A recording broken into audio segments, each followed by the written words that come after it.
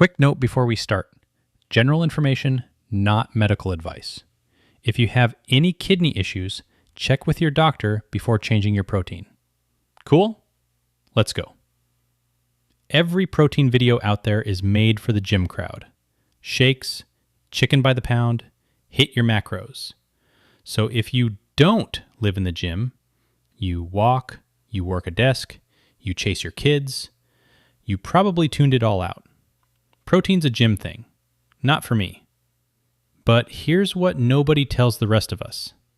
Protein might matter more for you than for them.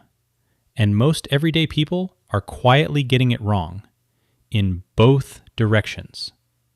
Some eat far too little and have no idea. Others buy the hype and overdo it. By the end of this video, you'll know the sensible middle that's actually right for a normal, busy person. No gym, no powders, no guessing. Let's start with the belief that costs most people. I don't work out, so I don't need much protein. It sounds logical, and it's backwards. For someone like you, protein's biggest job isn't building muscle. It's keeping the muscle you already have, plus keeping you full, steady, and strong. And research shows a lot of less active people simply don't get enough without ever realizing it. But, and this matters, the fix isn't to swing the other way and start chugging protein like a bodybuilder. Because here's a truth this whole channel keeps bumping into. More is not automatically better. Protein included. The sweet spot is in the middle, and I'll show you exactly where it is. First, that official number, the RDA. It was never meant to be your goal. It's a minimum. Just enough to keep the average person from becoming deficient. The floor, not the target.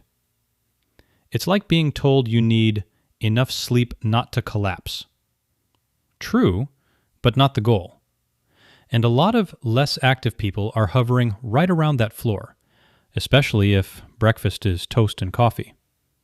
So for many of you, step one is simply get up off the minimum. So why does protein matter so much when you're not training? 3 reasons. Probably not the ones you'd guess. 1. Muscle loss with age.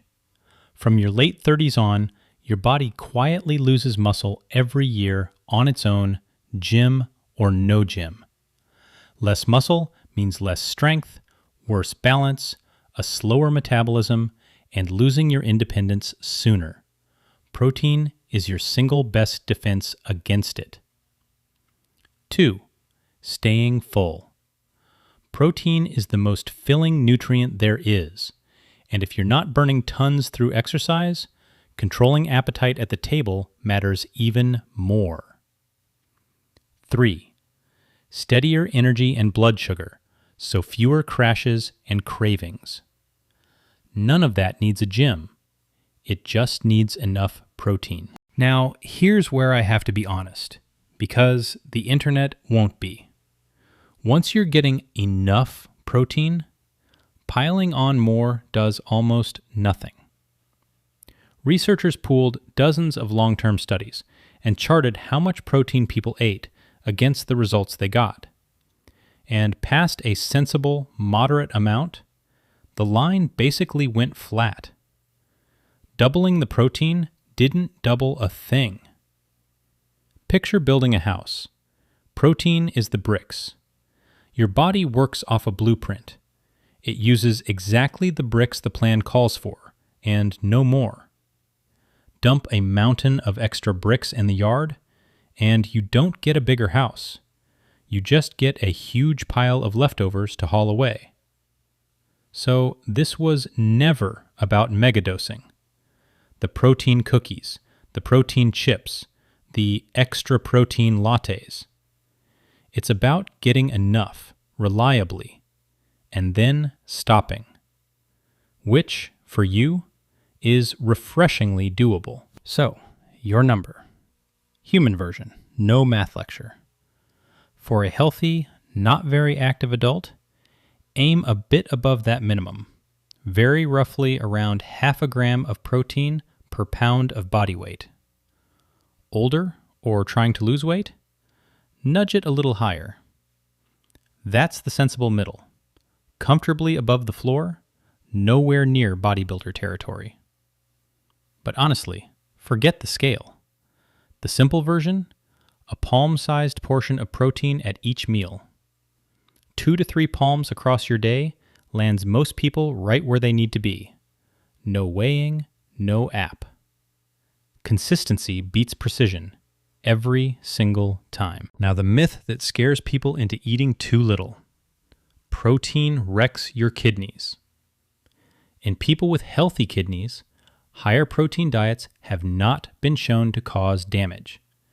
The scare comes from advice meant for people who already have kidney disease, where protein needs managing with a doctor. So, kidney problems? Talk to your doctor, full stop. Healthy kidneys? That fear has probably just been keeping you underfed on protein for no reason. So who especially needs to hear this? See if it's you. Over about 50, this one's critical. That muscle loss speeds up, and protein is your defense. Trying to lose weight? Protein keeps you full and stops you losing muscle along with the fat.